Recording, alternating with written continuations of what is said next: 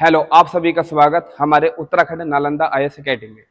बेटा आज जो मैं आपको बताना चाह रहा हूँ, मैं बताना चाह रहा हूँ यूके ट्रिपल एससी का जो सिलेबस है हिंदी का, ठीक है, कि हमें उसमें क्या क्या कवर करना है और क्या क्या हमें पढ़ना है और कितनी चीजें किस चैप्टर से आती है और कितने क्वेश्चन किस चैप्टर से नहीं आते हैं, ठीक है।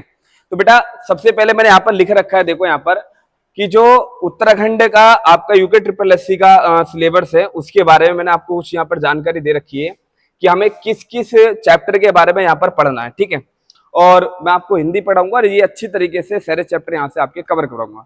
जैसे पहले इन्होंने दे रखा बेटा कि भाषा एवं हिंदी भाषा उत्तराखंड प्रदेश की भाषाओं के प्रकार, कि पहले जो हम यहाँ पर पढ़ेंगे, सबसे पहले आप सभी को मैं थोड़ी जानकारी दूं, जो उत्तराखंड यूके ट्रिपल एससी है इसमें जो बच्चे परेशान होते हैं सिलेबस में हिंदी में, वो होते हैं आपकी उत्तराखंड की भाषाएं या उत्तराखंड की बोलियों पर, ठीक है। जैसे उत्तराखंड में आप देखोगे तो आप कुमाऊनी, गढ़वाली, ये जोन सारे जो होती हैं इनमें बड़ी परेशानियां होती हैं। जैसे हम कुमाऊनी को पढ़ते हैं, गढ़वाली भाषाओं को पढ़ते हैं तो एक बार भाषा तो याद हो जाती है कि क्षेत्र में कौन सी भाषा बोली जा रही है, लेकिन इनकी जो लोकती है, इनकी जो कहावतें होती हैं उसको याद करना बड़ा मुश्किल होता है। तो आप उसकी टेंशन ना लेना, ये सारी जिम्मेदारी मेरी है कैसे कवर कराना और कैसे नहीं कराना। और मैं आपको ये भी जानकारी देता हूं कि हम जो स्टार्ट करेंगे सबसे पहले वो कुमाऊनी और गढ़वाली ही स्टार्ट करेंगे, अर्थात भाषा विज्ञान से स्टार्ट करेंगे उत्तराखंड की बोली और उनकी उपबोलियों के साथ, ठीक है। तो लेकिन सिलेबस के बारे में मैं आपको बताता हूं कि क्या क्या सिलेबस में पढ़ना है और क्या क्या सिलेबस इसका यूके ट्रिपल एससी में आता है, ठीक है। जैसे उन्होंने दे रखा है कि हिंदी भाषा का विकास, सबसे पहले इसमें बताया गया है कि हिंदी भाषा का विकास के बारे में जानकारी लेंगे कि हिंदी भाषा का विकास क्या होता है और कैसे हिंदी का विकास हुआ है, कितने चरणों में हुआ है, ये सारी जानकारी यहाँ पर पढ़ेंगे। करालिया भाषा की, हिंदी में जो करालिया भाषा है उसके बारे में जानकारी लेंगे। जैसे हिंदी की बोलियां, या हम पढ़ेंगे भाई उनकी प्रमुख बोलियां, कि हिंदी की जो बोलियां होती हैं, जैसे आप पढ़ोगे भाई हिंदी में जो बोलियां हैं, जैसे अभ्रंश से निकलती है, जैसे सोरसैनी अभ्रंश से बहुत सारी राजस्थानी जैसे हिंदी निकलती है, पश्चिमी हिंदी निकलती है, ठीक है। ये बोलियां जो आती है आपके सोरसैनी अभ्रंश से। अब ये भी पूछ लेता है कि पश्चिमी हिंदी में कौन कौन सी आपकी बोलियां आती हैं, जैसे कि आपकी खड़ी बोली आती है, कोरवी आती है, आपकी ब्रजभाषा आती है, कन्नौजी आती है, बांगरू आती है, बुंदेली आती है, सब पश्चिमी हिंदी के अंतर्गत आती है जो हिंदी बोलियों से संबंधित रहती हैं सारी चीजें, ठीक है ना। उसके बाद यहाँ पर हम कुमाऊनी गढ़वाली, जो मतलब उत्तराखंड की जो बोलियां हैं आपकी, जैसे आपकी कुमाऊनी गढ़वाली है, तो सबसे पहले हम जो पढ़ेंगे वो ये जानेंगे कि उत्तराखंड की जितनी भी भाषाएं हैं, ये बोलियां हैं, इनका विस्तार कहाँ है, कैसे कैसे पढ़ा जाएगा, कैसे कैसे नहीं पढ़ा जाएगा, और बड़े नोट्स के तरीके के साथ पहले आपको समझाऊंगा, उसकी पीडीएफ भी आपको दी जाएगी। बड़े शानदार तरीके से क्लास हमारी चलेगी, ठीक है ना। तो हम जो स्टार्ट करेंगे पहले इससे स्टार्ट करेंगे, क्योंकि पहला पोर्शन मैंने यहाँ पर यही लिख रखा है।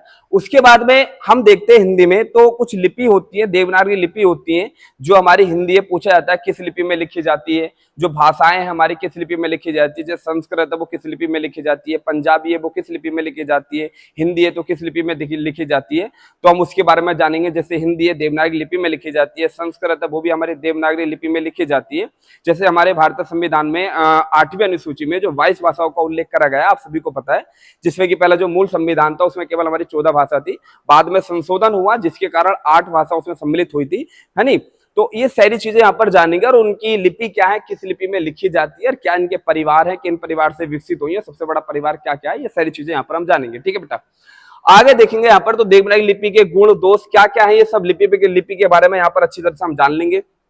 उसके बाद अगर मैं आपसे बात करूं बेटा, तो यहां बताया गया स्वर, और साथ में क्या बताया गया बेटा यहाँ पर व्यंजन, कि हम जब हिंदी में देखते हैं तो एक चैप्टर होता है वर्णमाला, उस वर्णमाला में देखा जाता है तो वर्णमाला में 2 प्रकार के वर्ण पाए जाते हैं, एक तो स्वर पाया जाता है और एक क्या पाया जाता है बेटा, व्यंजन। तो वहां से आपका यूके ट्रिपल एससी में 1-2 नंबर का यहाँ से स्वर व्यंजन से भी आ जाता है। तो ये फिर उसके बाद हम स्वर व्यंजन के बारे में अच्छी तरह से जानेंगे, तो यहाँ से आपको क्वेश्चन मिलेगा। उसके बाद आपकी हिंदी वर्तनी होती है, विश्लेषण होते हैं, ये सारी चीजें हम यहाँ पर जानेंगे कि हिंदी वर्तनी क्या है, विश्लेषण क्या है, कि किसी भी चीज की अगर हमें वर्तनी देखनी है कि भाई कोई वाक्य है तो वाक्य शुद्धिकरण उसे हमें कैसे करना होता है, या कोई वर्तनी होती है तो वर्तनी को हमें सही तरीके से कैसे लिखना होता है, वो सारी चीजें यहाँ पर बड़े शानदार तरीके से आपको बताया जाएगा, ठीक है ना। उसके बाद ये शब्द संरचना होते हैं, वर्ण होते हैं, अक्षर होते हैं। अब देखो जो जितने भी हमारे शब्द हैं, शब्द का मतलब शब्द हिंदी में कितने होते हैं, जैसे कि हमारे अरबी, फारसी, उर्दू, पुर्तगाली, ये ऐसे ऐसे जो शब्द हैं आपके, इनके बारे में पूछ लेता है कि बताइए कि औलाद किस भाषा का शब्द है, या किताब किस भाषा का शब्द है, अक्षी कैसा शब्द है, तत्समय, तद्भव।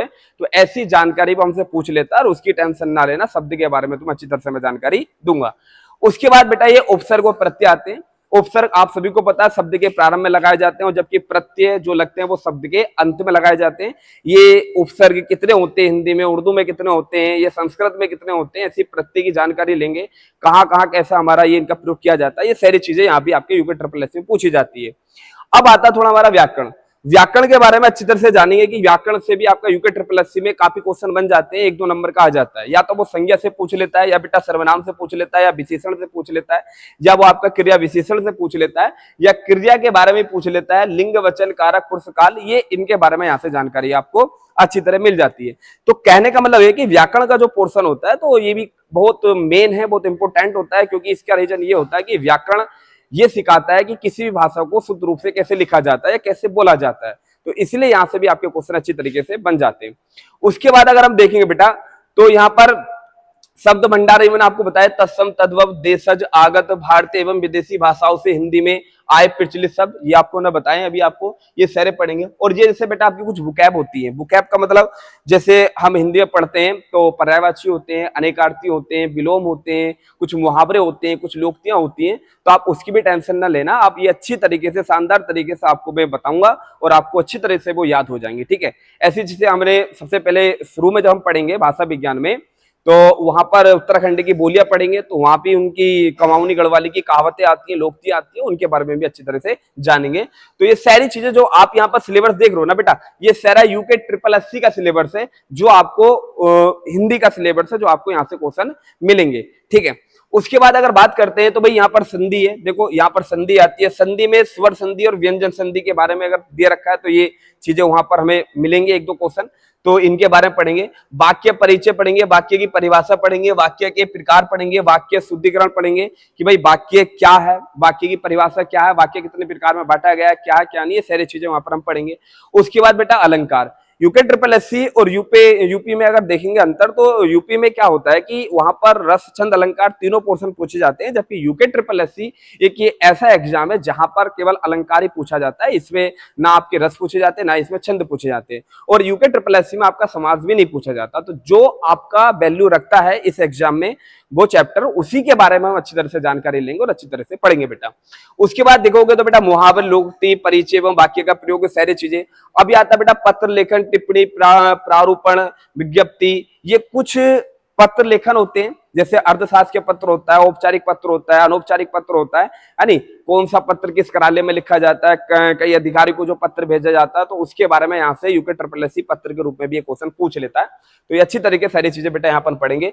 तो रेडियो, टीवी, ये सारी चीजें, हिंदी कंप्यूटर, जो हिंदी से फॉन्ट होते हैं, आपके टाइपिंग होते हैं, पेज लेआउट होते हैं, ये भी सारी चीजें यहाँ पर अच्छी तरह जानेंगे, ठीक है। ये बेटा सारा जो सिलेबस है आपका बेटा, ये यूके ट्रिपल एससी में देखेंगे तो हम देखेंगे किसका, हिंदी का सिलेबस, ठीक है ना। उसके बाद देखो यहाँ पर कुछ जो इन सभी से मेन अगर कोई चीजें देखी जाती है जिसमें हमें बहुत दिक्कतें होती है याद करने में, वो है आपका हिंदी साहित्य। और हिंदी साहित्य में दिखाते हैं तो उनकी रचनाएं आती हैं, एक गद्य में आती है और एक पद कवियों के रूप में आती है।